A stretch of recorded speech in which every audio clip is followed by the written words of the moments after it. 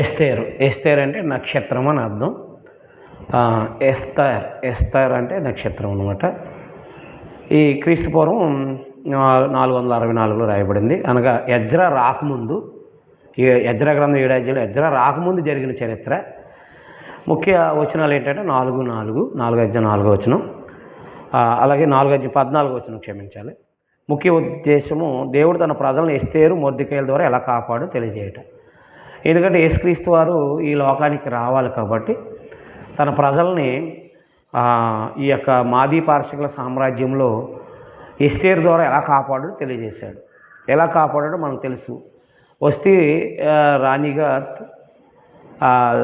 తృణీకరించబడింది. ఎస్తేరు రాణి అయింది. మొర్దెకై తన యొక్క సహోదరు కుమార్తెగా స్వీకరించి పెంచి పెద్ద చేసి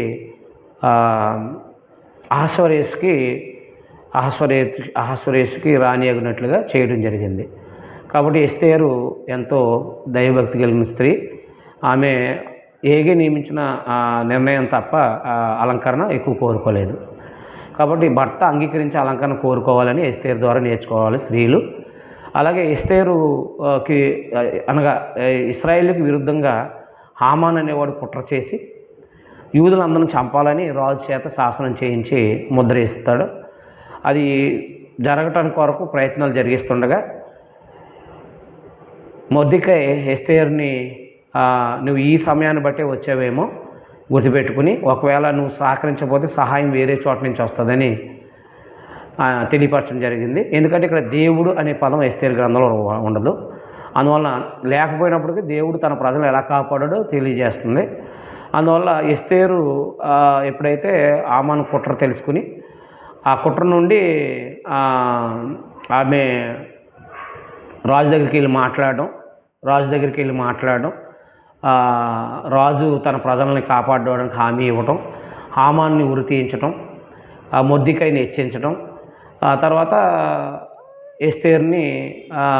ఎస్తేరుకి అధికారాన్ని ఇవ్వటం, అంటే తన ప్రజలను కాపాడుకునే అధికారం ఇవ్వటం జరగడం ద్వారా మరలా రెండవసారి అంటే రాజు శాసనాన్ని కొట్టివేయటకు లేదు కాబట్టి మరొక శాసనాన్ని సృష్టించి రాజు యొక్క ఉంగరం చేత ముద్రించడం జరిగిందనమాట.